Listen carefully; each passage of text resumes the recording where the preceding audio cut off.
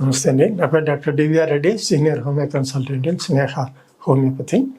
ఈరోజు మనము 65 ఏళ్ళ తర్వాత కూడా మనిషి ఆరోగ్యంగా ఉండాలంటే ఏం చేయాలి, ఎలా ఉండాలి, ఎట్లా మేనేజ్ చేయాలి అనేది అడగడం జరిగింది. సో ఆ ప్రశ్నకు సమాధానంగా మనం ఇప్పుడు మాట్లాడుకుంటున్నాం. జనరల్గా 65 ఏళ్ళు వస్తే మనిషి వృద్ధులు కిందికి తయారవుతారు, అంటే వృద్ధాప్యం వస్తుంది అని అనుకుంటున్నారు. కానీ ఈ రోజులలో 35-40 ఇయర్స్ కూడా ఏం జబ్బులు ఉండే తెలియట్లేదు. మనిషి బయటకు చూడడానికి చాలా బాగుంటున్నారు, కానీ లోపల మాత్రం అన్ని జబ్బులే ఉంటున్నాయి. దీనికి కారణం ఏంటనుకుంటే మనం నివసించే వాతావరణం, రెండోది ఆహారం, మూడోది వచ్చేసి శారీరక శ్రమ లేకపోవడం, నాలుగోది ఎక్కువ మెంటల్ స్ట్రెస్ ఎక్కువగా ఉండడం. వాటి ఉద్యోగం ఉన్న స్ట్రెస్సే, లేకపోయినా స్ట్రెస్సే ఉంటుంది. సో తర్వాత స్టూడెంట్కి ఎట్లా స్ట్రెస్ ఉంటుంది, ఇన్ని రకాలుగా స్ట్రెస్ అంటే దాదాపు నడక వచ్చినప్పటి నుంచి మొదలుపెట్టి మళ్ళీ నడకపోయేంత వరకు, అంటే 80-70 ఏళ్ళ తర్వాత కూడా ఈ స్ట్రెస్ అనేది కంటిన్యూ అవుతూనే ఉంటుంది.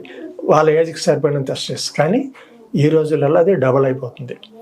ఎందుకంటే ఏదైనా ఒక జాబ్ లేకపోవడము, చదువుల్లో ఎక్కువ చదవడము, తర్వాత ఇన్వెస్ట్మెంట్స్, లాసులు, ఇవన్నీ కూడా మనిషిని అతలాకుతలం చేసి పడేస్తుంది. సో ఈ స్ట్రెస్ వల్ల కూడా మనిషికి మంచి హార్మోన్స్ అనేవి తగ్గిపోయి చెడు హార్మోన్స్ ఎక్కువగా రిలీజ్ అవుతున్నాయి. దాని ఎఫెక్ట్ అనేది ముఖ్యమైన అవయవాలు ఏవైతే ఉన్నాయో, గుండె, ఊపిరితిత్తులు, లివర్, కిడ్నీస్, వీటిపైన ఎఫెక్ట్ చూపిస్తుంటుంది. దీనివల్ల మనం సరైన ఆహారం తీసుకోకపోవడం, తర్వాత ఆహారం తీసుకున్నా ఎక్కువగా తీసుకోవడం, అదే డైజెషన్ కాకపోవడం, తిరిగి అది రివర్స్ అయిపోయి గ్యాస్ట్రోఇంటెస్టినల్ ప్రాబ్లమ్స్ రావడం, జీర్ణశక్తి తగ్గిపోవడం. మూడవది వచ్చేసి ఎక్స్క్రీషన్స్, ఏవైతే వేస్ట్ ప్రోడక్ట్స్ బాడీలో ఉన్నాయో అవి బయటికి పోవట్లేదు. ఎందుకు పోవట్లేదు అంటే వ్యాయామం, శారీరక వ్యాయామం లేదు. దానివల్ల స్వెట్ పోవట్లేదు. స్వెట్ పోతే కొన్ని టాక్సిన్స్ బయటికి పోతాయి.